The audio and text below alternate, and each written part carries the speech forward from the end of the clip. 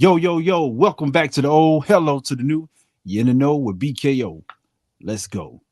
All right, so what we got today, especially right here in our own city, Birmingham, we're going to talk about the slate of violence that has occurred, especially in this city. I think we had something to the tune of 11 homicides in 10 days, with five occurring in a 24-hour time period. It's one of those things that kind of troubles me because it's something that I've looked into over the years, and I have numbers from a spate of years from 2016 to I think 2020. I'm just going to read a couple of things because one thing that I don't like when we talk about violence in our communities, people are real quick to say, well, white people kill white people too, yada, yada, yada. Yeah, that's true. But you have to look at the disparity between the numbers. You understand? If I'm on a battlefield and I have 300,000 soldiers and you have 300 soldiers, like the Romans, right? I can afford if 10 of my soldiers kill 10 more of my soldiers. It's not a good thing, but I got 300,000 to start off with. I can spare some. If you only got 300 and numerically 10 kill 10, is it the same number value? Yes, we each lost 10 soldiers, but your 10 soldiers were worth a whole lot more because you only have 300. Right.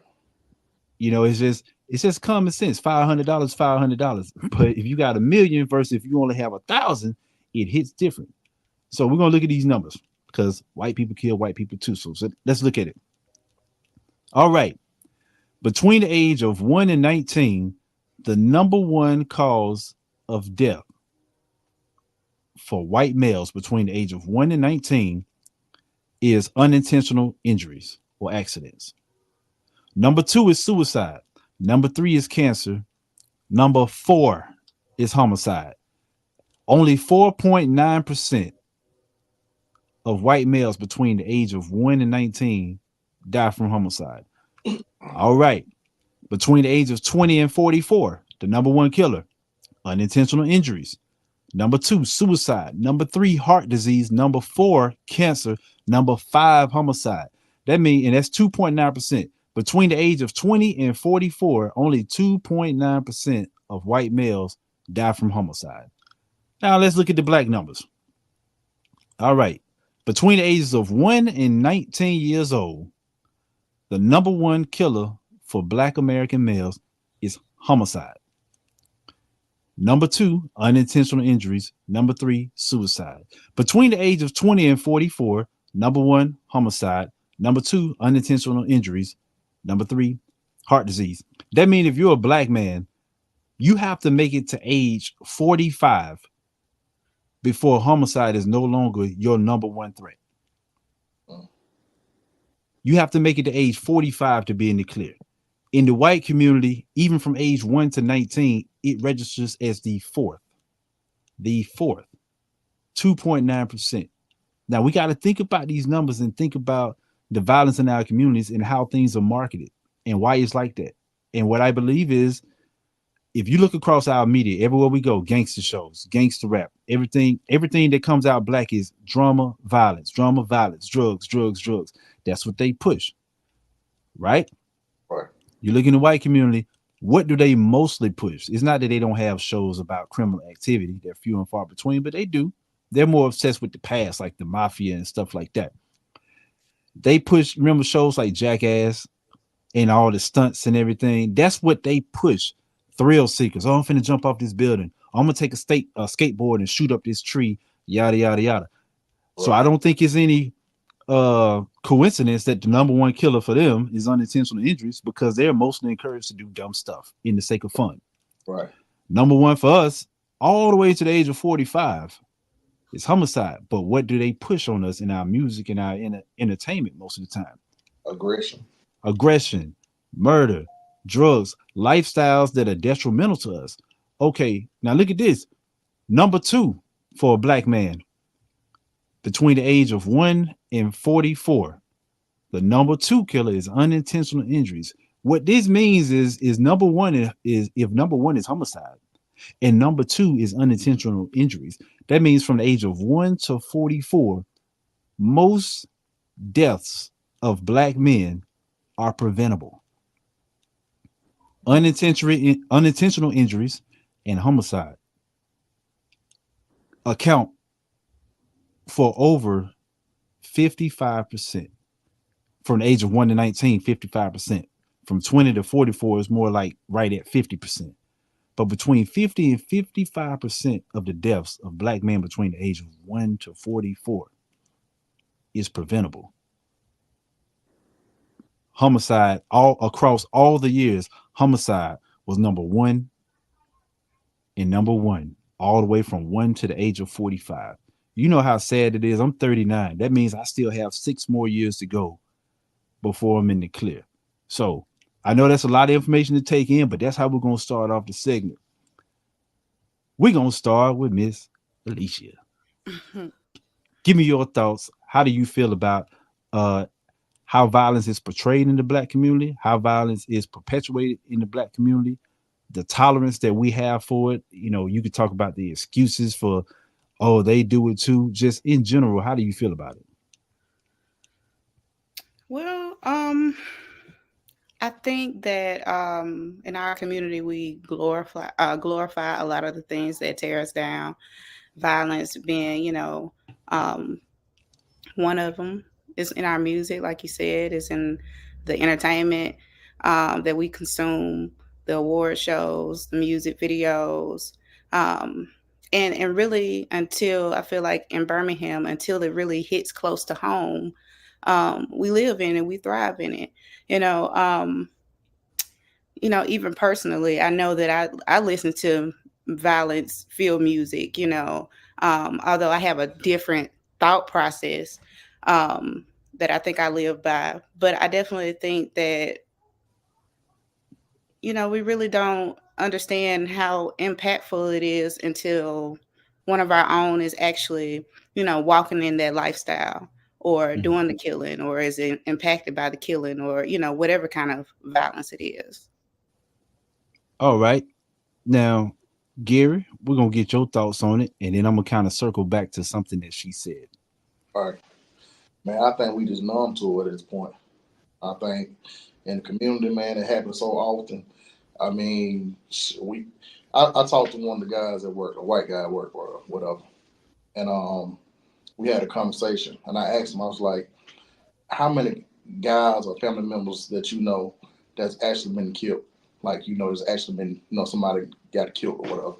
And they, they couldn't tell me. It was like, it's not often. But I guarantee that you can talk to anybody that's in the black culture. We can name at least 5 guys or 5 friends or whatever that's been killed. So it's like, we numb to it, man. Like, the culture, what it is, we just numb to. We got aggression that's us anyway. It's more like we want somebody to try us in a way. We gonna Yeah, yeah. But I I think believe that. more, stuff that stuff is rooted though. That stuff came from slavery. That stuff came from we want a motherfucker to try now. I want you to try, I'm gonna show you. So a lot of that stuff come from, okay, I'm gonna show you. And we brought up to sit here and be like, hey, we don't take no bull. So because we don't take no bull, sometimes we look at it as, hey, you know what I'm saying? We looking for it sometimes. Sometimes we look for it when we know we're looking for it. I believe that. I believe that. I think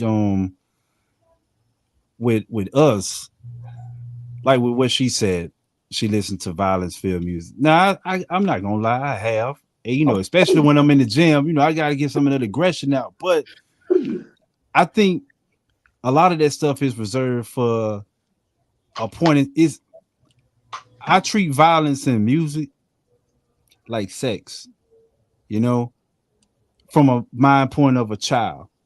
You don't talk to your child about sex or let them see certain things on TV because you know that their mind cannot comprehend and fully understand what it is. So that's a conversation that you wait until they get older and more mature that maybe they can handle. So when I look at violence, when I listen to my music, I think we introduce as our culture, especially when parents are listening to the things that they like to listen to and watching the things that they like to watch that they can fully understand.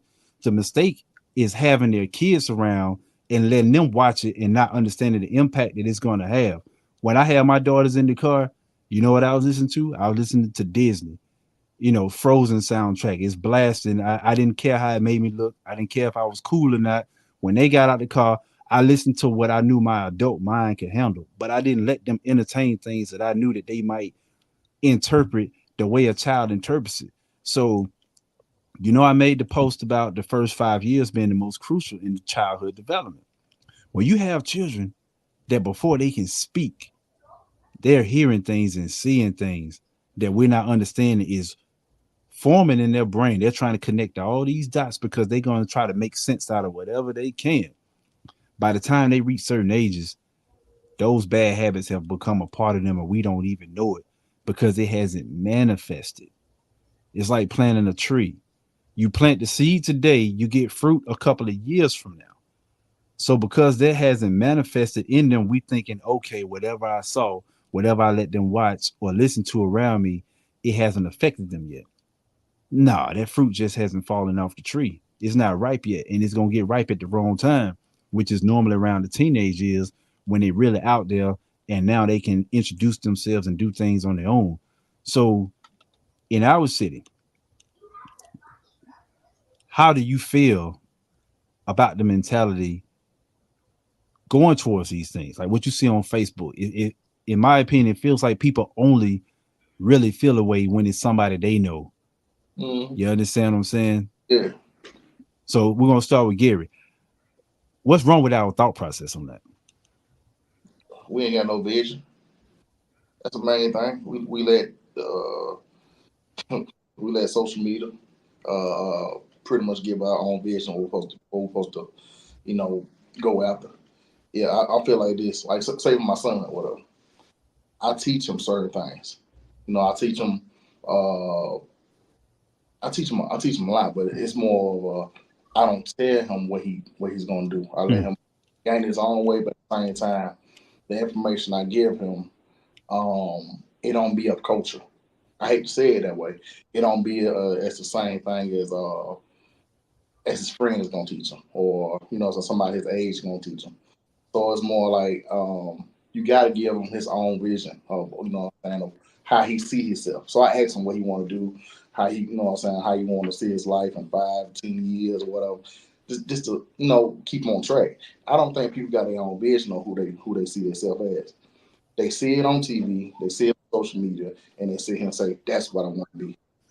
So when they sit here and do that, they gravitate towards the things that they see.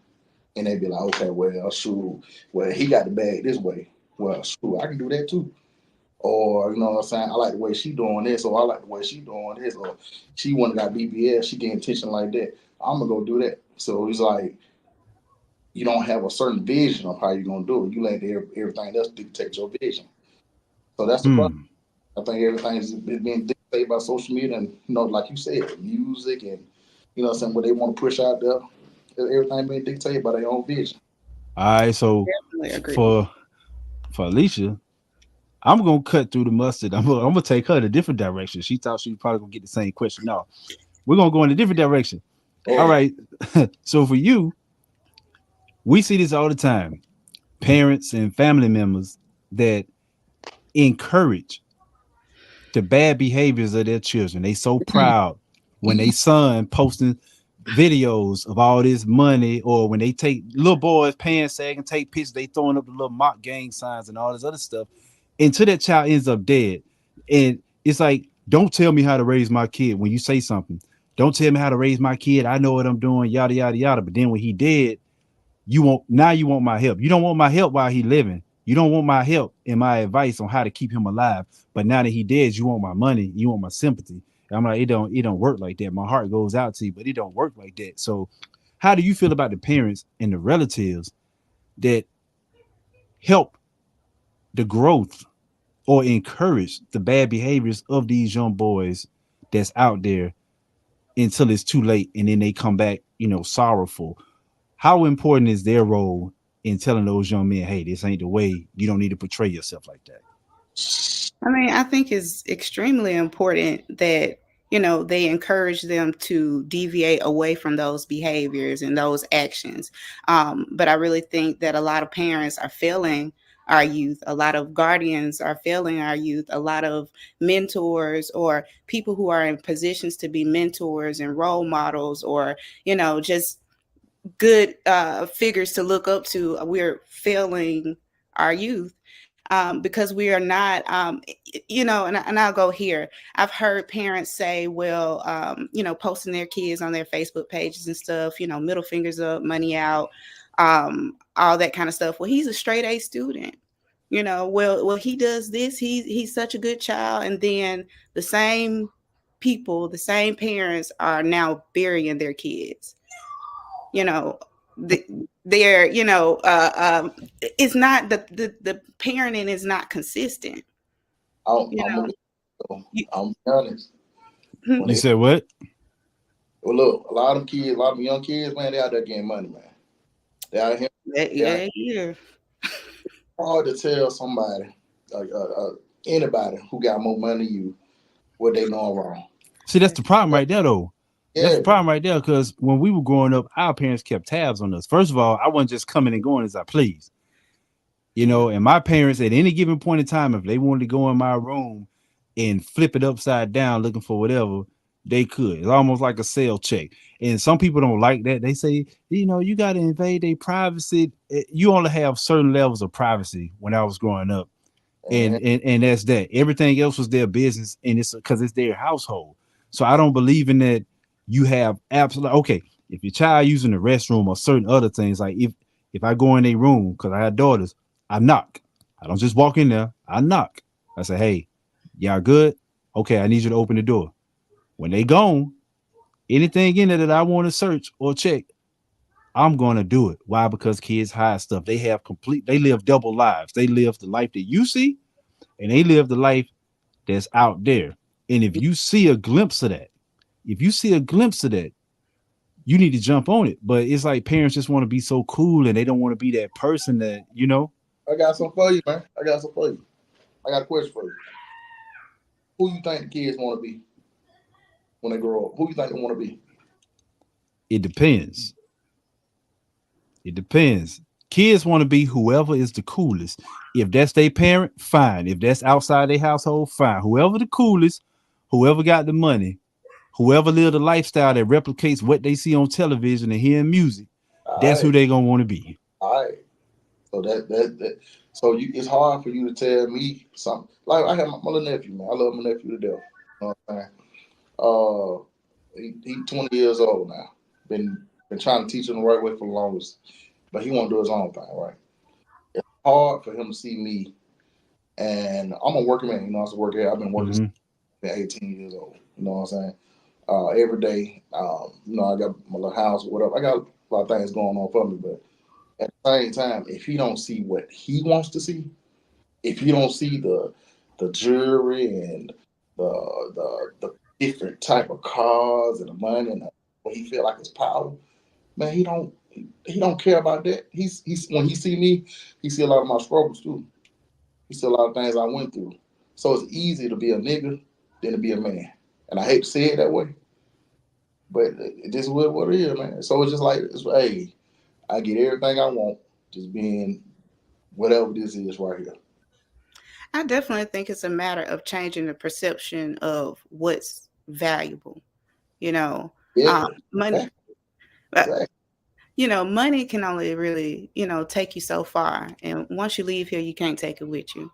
And I think it's up to us to steer our youth in the way that, to change the narrative about like what's cool, how, in the words that you said, what's cool, what's valuable, what's important in life, and having a whole lot of chains ain't important, especially when you got a whole lot of debt coming out of it, buying fancy cars or, buying the latest Amiri jeans or whatever, there's really no nothing of substance in that in the long run. It's the way that you use your money too what makes it valuable. So I think changing that perception is what's going to, help the next generations kind of, and it is hard because social media has created this big disconnect with, reality. And, right. And when you see all these things on social media and that's all they're looking at all day. I know I have my phone in my hand all day, every day. Yeah. Granted, half the time I'm working, but these kids ain't got no jobs. For real, for Yeah, real. that's true. I think this is what I said once before. I think the issue is, you know what we really missing in our community? Mentors. Aside from mentors, balance. Balance. And when I say that, we have no outside balance. For one, when I was growing up, I had a certain balance from entertainment that even if my parents didn't try to teach me certain lessons and instill certain values in me, when I turned on the TV, there was some kind of balance. Like, okay, did we have bad black? First of all, a lot of the hood movies back then weren't just hood for the sake of being hood. They taught a lesson. There was a point to it. Okay, Yeah. when you turn on the TV, you had the Cosby Show, you had Fresh Prince, even on Martin, Living Single, Family Matters. You had things that put values in you. So even if we did have a power back then, you know, or Snowfall or whatever else, we had shows that could balance that out. Music was more balanced. Did we have gangster rap? Yes, but you also had more conscientious rap that made it to the mainstream. You got to think 106 in Park. I remember times in 106 in Park, well, artists, there was a time when an artist like Talib Kweli or Common would actually make the countdown for the top 10. If you put that same kind of music in 106, if 106 in Park came out right now, an artist like the old Kanye or Common or all that other music that used to get in, right? Nas and all that, it don't eat right now. The whole countdown would be either women glorifying sex and prostitution or all these other guys talking about, you know, scamming and fiending and drug selling. Like, they don't have that balance. When you listen to the radio station, you got 95.7 that on one end they play all this music that glorifies everything wrong with our community, but then you want to have a stop the violence rally. That doesn't make any sense to me. That doesn't make any sense to me. That's like me and a fitness trainer and I'm opening up a McDonald's. You know, I'm telling you to eat healthy, but I'm opening up a McDonald's. I can tell you eat healthy all day, but what am I serving you? I'm not serving you anything healthy. So my words are saying one thing, but that's not what I'm presenting you with. We don't have, for every bad role model we had back then, even those, even Too Short and all his other music, they still had the sense to come back down to earth and say, you know what? This ain't the way. You need to do that. You need to do that. So it kind of helped our parents with having those influences in the media so that when they're not at home and we are watching TV or we do have certain programming, that we could still get that. But when kids see this in the music and they see that on television, and then a lot of parents aren't teaching them where a mentor can't even save that, man. They got too many negative influences. There's no balance. You know the other thing is, the other thing I feel like the parents don't have nothing to get them. Like when they get of age, man, leave me. You have nothing to leave me. So it's just like I got to get out the mud, and I'm influenced by what I'm influenced by. I like what I like. So now what? Now what? Now, uh, I don't, I don't know. Maybe parents have to do a better job preparing themselves. I think we're in the age of information. There's too much out there with the internet and everything else. Information, like Alicia said, your phone.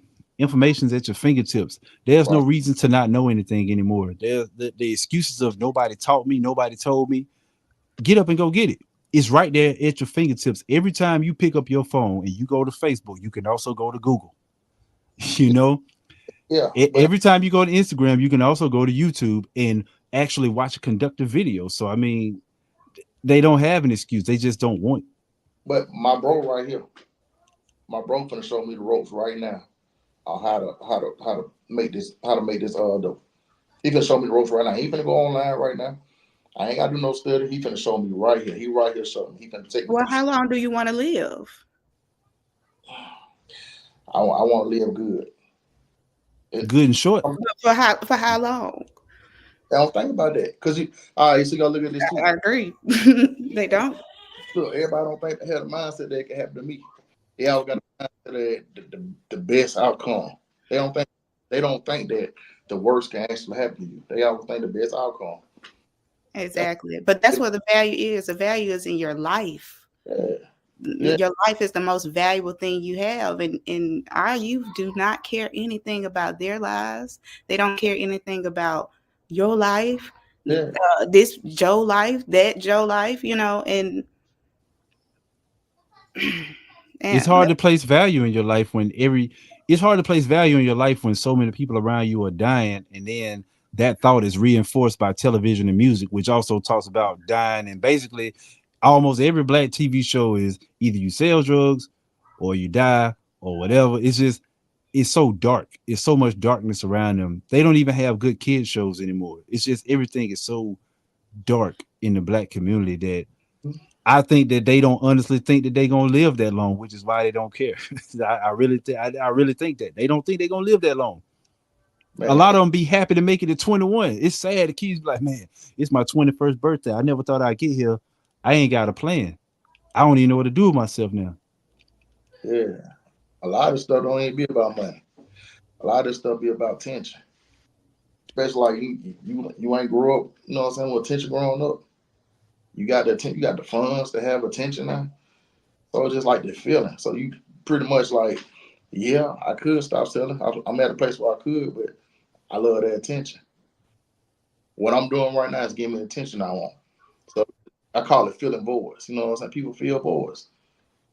You know what I'm saying? If you're not growing up with the right ingredients, you're gonna fill those voids. Like I said, hey, we need to have a parent class. You know, we need to have a culture where we sit here and be like, hey, everybody need to be financially literate. Like we need to come together and find out what we're gonna do to make your family like, the best version, or you know what I'm saying. I feel like everybody should have insurance. Why you don't got insurance, man? Everybody gotta die. Why you don't have insurance? You feel what I'm saying? And then if you gonna go out here and be this, if you're gonna do this, if you're gonna be this type dude, man, go out here and pay for the most highest insurance you could ever do. So if anything would happen, you put your family in position. If you're gonna do that. All right. So I'm gonna ask Alicia this. Now, when we was growing up, one thing that I think helped us kind of curb a lot of violence is that we were all in a community way kind of raised as brothers and sisters from a standpoint of a lot of us, we played ball together at the park.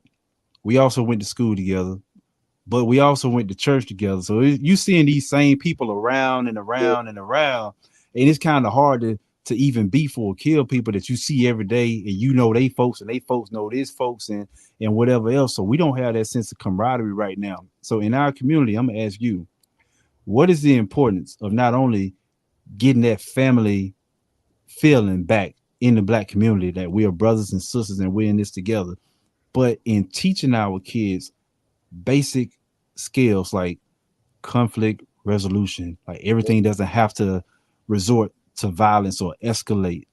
I think that's why they're never taught how to properly deal with their feelings, and they're never taught how to properly deal with conflict. So they do things the way that they've always done things, which is with aggression. So what's the significance in that, and how do you think we can get back to it? I definitely think, it takes a village, for sure. But I do think like the parents have got to create those villages for those kids to thrive in, as well. If you think about it, I could think about just, our generation right now. How many people actually know their neighbors? How many people speak to their neighbors on a daily? How many people actually watch after their neighborhood, pick up trash, or what I'm saying, just the little minuscule things that we really don't even think about. Like, how many people actually do that? You can't say that we're going to create this community and you don't even know who's staying next door to you. Yeah, you're right. I'm gonna go introduce myself to my neighbors tomorrow. Yeah. You got to be buddy with your neighbors, but I'm gonna tell you right now, I know all my neighbors on my parents' block. I know all my neighbors where I live right now. I keep to myself, but if I see something, I'm gonna tell them, and they're gonna tell me. If my daughter is outside, doing her thing, I know somebody, grandma or somebody, uncle on the porch, and they watching out because they kids play in the same neighborhoods. But for the majority, I feel like of our city, we really don't do that. Even in some of our community, like even the places where we grew up with people, went to school with people, the adults nowadays, it's like, I don't fool with them. You know what I'm saying? I know them, but I don't mess with them like that. And I feel like we got to get over those barriers in order to create those safe spaces for our kids to thrive. For somebody else, for another adult to correct our kids when they see them doing something wrong or acting, and that's gonna be hard. I see you shaking your head, Gary, but because a lot of people are resistant to that. Don't nobody want them telling them nothing about their child. No, they don't. I think the reason that a lot of kids have so many issues is because, to what you said, the divide, a lot of parents have issues. You got a lot of parents that still hate each other because somebody stole the other person crayons in middle school or whatever. It's just simple stuff that they you haven't talked to me since 7th grade because I accidentally knocked over your milk. It's dumb stuff like that.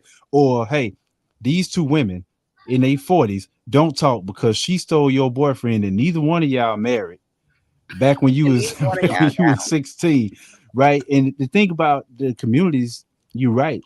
And I'll tell it just like this: we have to care more. I live in a community. I've lived in quite a few communities that were predominantly white. I remember one time I was in this community. This white guy, he come knock on my door from across the street. I said, "Hey man, what's up?" He said, "Nothing, man. I just wanted to let you know that I was in my house and I saw a suspicious man in the neighborhood, and I just wanted to let you know to look out for him." And in my head, I'm thinking, okay, you saw a suspicious person in the neighborhood. I said, okay, well, all right, well, how dark is he? Yeah, that's what went through my head, right? That's the first thing I said, okay, this white man on my porch talking about there's a suspicious person in the neighborhood. I'm like, okay, I know where this road is going. I said, but describe him. I didn't, in my head, I'm thinking, okay, what kind of black guy is he finna describe? He said, well, he's about this tall. He had blonde hair. I'm like, blonde hair?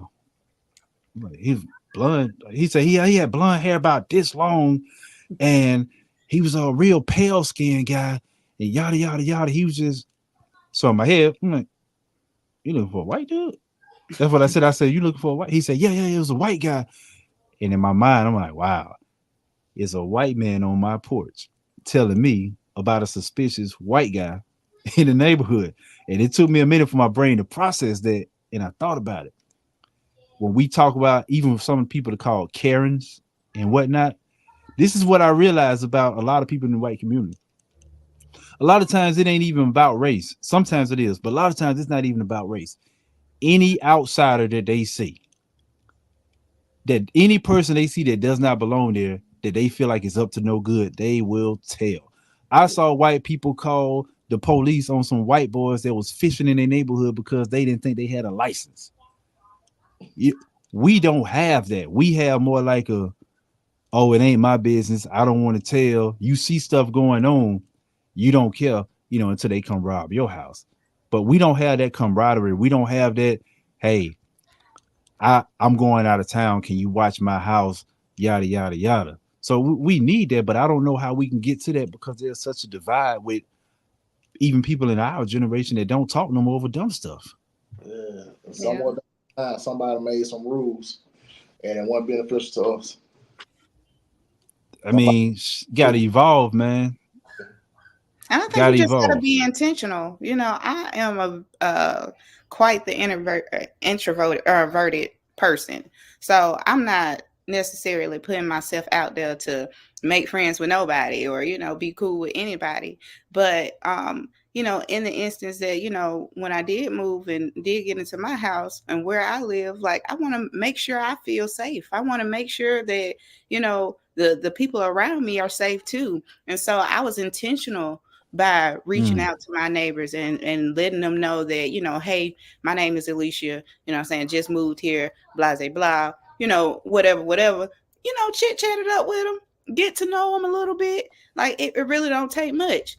And then now every time you're leaving and you're coming, you throw your hand up at them, you start to do little things to create that bond, to create that camaraderie, to create that loyalty that, so many people be talking about. Well, that's how you do it. You got to be intentional about it. And yeah, that's true. That might trickle down with the kids. One thing, like I said, with us growing up in such close proximity and all playing together, because these are the same kids that we grew up around and played with, and our parents was cool. It was a lot harder for us to just hate each. Like, we'll fight if we got mad at each other. We'll fight, and next day we probably right back out there playing. It was just so hard because we saw each other every day, and we saw each other as maybe not family, but it's like our families are familiar. I don't want to hurt you because of your mom or your pop. I like this person, but we're so distant now that I really do think a lot of these kids not only see each other as strangers, but because the game now is scamming and fast money, everybody's scamming and stealing from everybody. And when you do that, you make enemies, and you make enemies fast. So now all these kids can't be friends because they out there either robbing together or scamming each other. And either way, or don't know how to be social. Yeah, that's a big Look, y'all ever notice how white people just walk up to you and just start telling their whole life? yeah, man. And they're very social, right? And so Yeah. it's mad how they be with everybody else. So just like, hey man, they actually social. They actually talk. No, you gotta Yeah. keep your circle small. That's what the rappers say. Keep your circle small. Yeah, because I you're don't doing, fool with them niggas. No new friends. yeah, because you're doing something you're supposed to. You ain't trying to get snitched on. But if you ain't doing what you're supposed to, and you trying to, what I'm saying, make life better, you want to make your circle big. It's the same thing like having credit. I used to think credit card was bad. So Well, I you realized, said something though. You said something then. I like that when you said that they got to keep their circle small because of what they're doing. mhm. Because people that's doing right and that do right by people, man, they be so social and they have such a large network and everybody love them. They don't really have enemies anywhere. Yeah, Yeah, you said something and I like that. that's one big thing, man. So I think that as we're approaching the mark, this is of course is a conversation that we have to keep revisiting as we peel back more layers. And I'll say this to anybody that's watching, anybody that's listening, when this airs, we're not here to say that we know all the answers. We are not here to say that what we believe is right. We're not here to try to convince you to see it our way. We're just here to talk and at least be willing to put it on the table. Because it's like I said off air, I'm gonna say it on air. Just because my puzzle piece doesn't connect to you doesn't mean it doesn't connect to his puzzle piece, and doesn't mean that his puzzle piece might not connect to her puzzle piece, which will connect to my puzzle piece. One piece of the puzzle is not the whole picture, but if you ever look at the puzzle, every piece connects to another piece. And even though one piece is down here and another piece is on the opposite end, they all make the whole picture. Our pieces don't have to touch for us to help create the picture that we want to see. So we're just here to let y'all know, hey, if you want to talk to us, talk to us. If you want to listen, listen. There'll be no arguing. Everybody got to come together, put our information in the pot, and see how we can work towards a better solution. Because if we don't show the younger generations that we know how to talk and come together, they're not going to know how. So I'm going to get my final words, and then we're going to get ready to wrap up. So, Alicia, I'll start with you. What are your final thoughts on the violence issues and how we can curb it moving forward? What's if we could do one thing, what's the number one thing, your first step? Be the person that you want the next person to be. Be the person that you want the next person to be. Yep. And who's going to show them how to do that? You be that example and create that domino effect Create that domino effect for the kids. for the kids, for the parents. Okay. So this is your last question. How important of a role, or how do we take back our entertainment industry and start putting healthy content out here for these kids? How do we take that back? How do we take it back? Well, I think first, I think parents need to have more control over what their kids are consuming. Things don't trend, things don't get views if you're not viewing them. if they're not, consuming them. It'll die. It's the more you strangle something, the more it's gonna, the quicker it's gonna die. Right. So I feel like you have to have some kind of control over what your kids are consuming, and some of the rappers or the music or entertainment that we consume, it won't be as big, it won't be as prevalent if we stop fueling the fire. Okay. So, Gary, your final thoughts. Number one thing, if you could start anywhere, what would be the first thing that you tackle as far as helping curb the violence in our communities and getting these kids back on track? What's number one? Mentors and resources. Mentors and resources. Yeah, Where and do I we get the resources? and I say directly mentors towards single mom homes. I say Hmm. for that because that's like it seems like it'd be let's say they have some of the worst products, so they say. So I target that, what I'm saying, have some kind of meal in those households. Because like I said, it's about the ingredients. No matter where you get the ingredients from, it's really about the ingredients. But you do need a male. We do need a male figure who's going to actually, a positive male figure who's going to pour into the youth. You got to something. You got to have a vision uh, Right. of some kind of direction and resources. Like same way, what I'm saying, a child going through something, they need to have an outlet that's not their parent. Because sometimes the parents is not going to understand. They need to have an outlet from somebody that can understand them or feel like they understand them to give them some good information. You know what I'm saying? Or feel not information, just if they want to do something with their life and they just don't have the resources. Well, hey, you know what I'm saying? Hey, I got this, or I can put you in this position. You know what I'm saying? A lot of times you can't speak to nobody if you can't put them in position. Right. Okay. So this point in time, y'all know what time it is. These two finna go to the green room, and I'm gonna give y'all my final thought. So my final thought is you heard what they said. Now we gotta get to it. Men, I need y'all to step up. We need more mentors out here. We need more resources.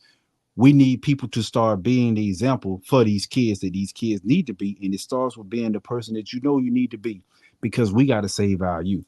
That's the bottom line. We got to save our youth. It's tragic what's going on out here. We got to tackle these issues. We need men to step up, start being more role models. We got single moms out there. We need to start helping them any way we can, making ourselves available. My number one thing that I feel like before we do anything else, aside, well, yeah, my number one thing is I feel like we got to take back our media. We need to take back our radios. We need to take back our television. We need to take back the image that is being promoted to our kids about us because let's just face it, there are screens everywhere and they going to see that screen more than they see us a lot of times. That's just the way it is. So that's my final word.